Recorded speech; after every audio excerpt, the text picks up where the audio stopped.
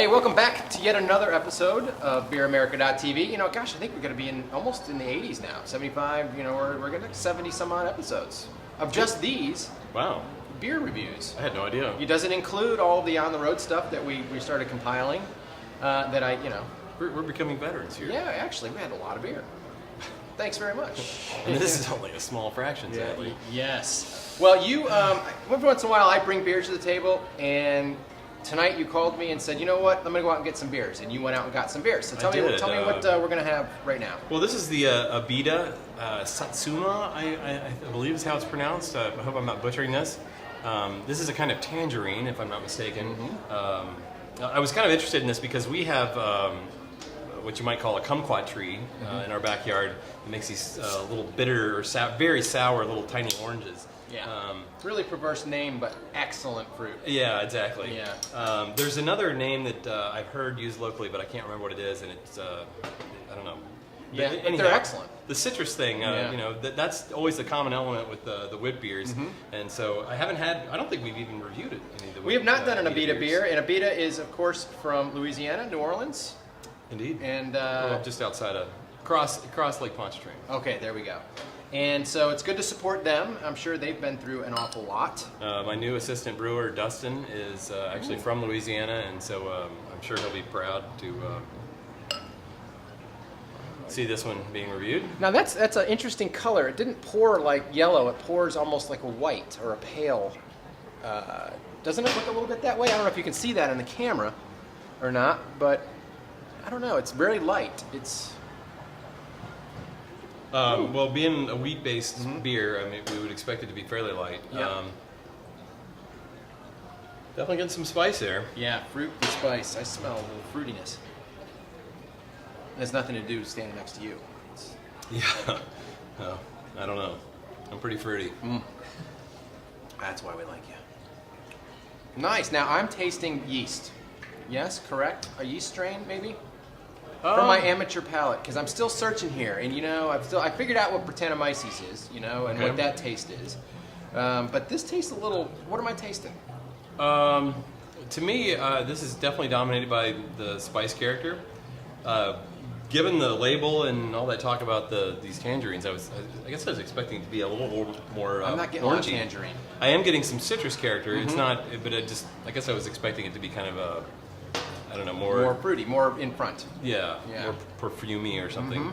But it's a nice, crisp wit beer, that's for sure. Light.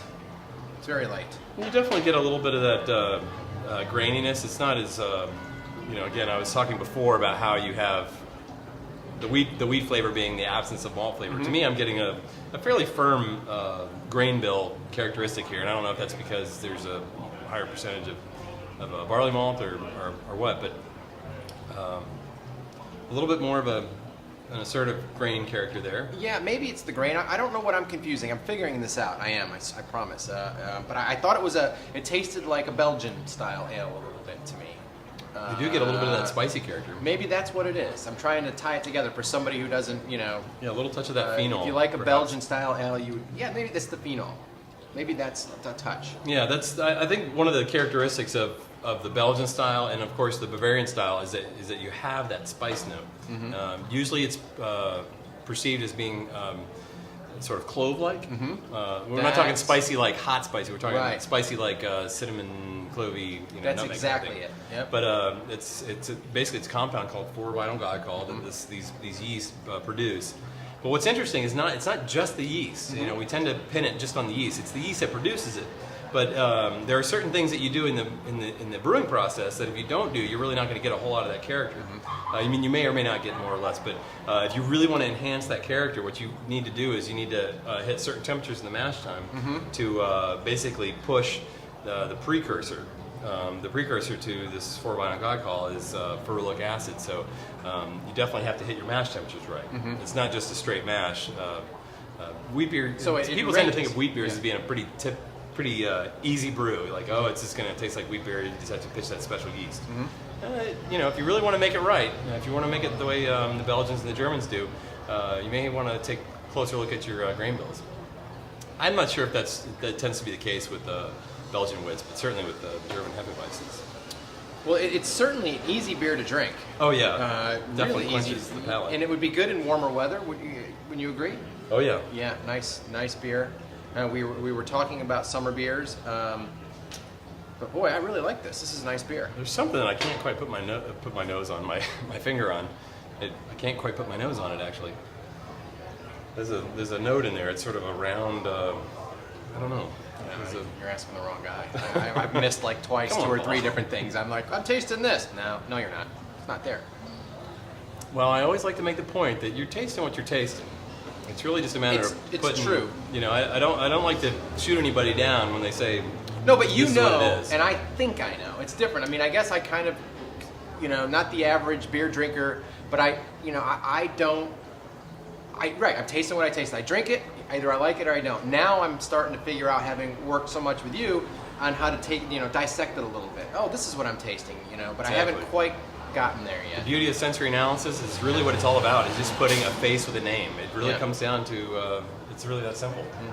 But definitely yeast strains I'm starting to figure out. But this is. But you were actually the one with this beer that you pulled out the Belgian kind of that particular note. So. I missed a little bit, but Good boy. I'm starting to get there. Well, excellent, definitely. Abita Harvest Wit.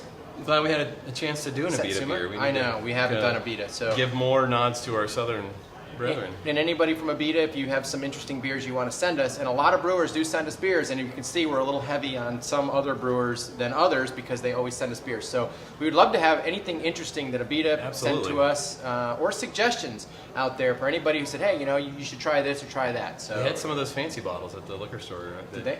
I wanted to stick with the Dog Days, wheat thing, but we'll get to that. We'll get to some more beat-up stuff. Excellent.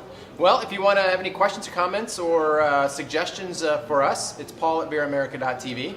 Pink at beeramerica.tv. And you can also, we're podcasting, so subscribe to the podcast. And also, I believe, let's see, maybe right up here, if you put your email address in, somewhere up in here, I think. Magic of television. You'll just get email alerted every time there's a video that comes out. That's it. That's all it is. And it's a good thing to do, so you can say, hey, new episode out. YouTube, Facebook, Twitter, we're all there. So All cheers. right. Cheers. Cheers.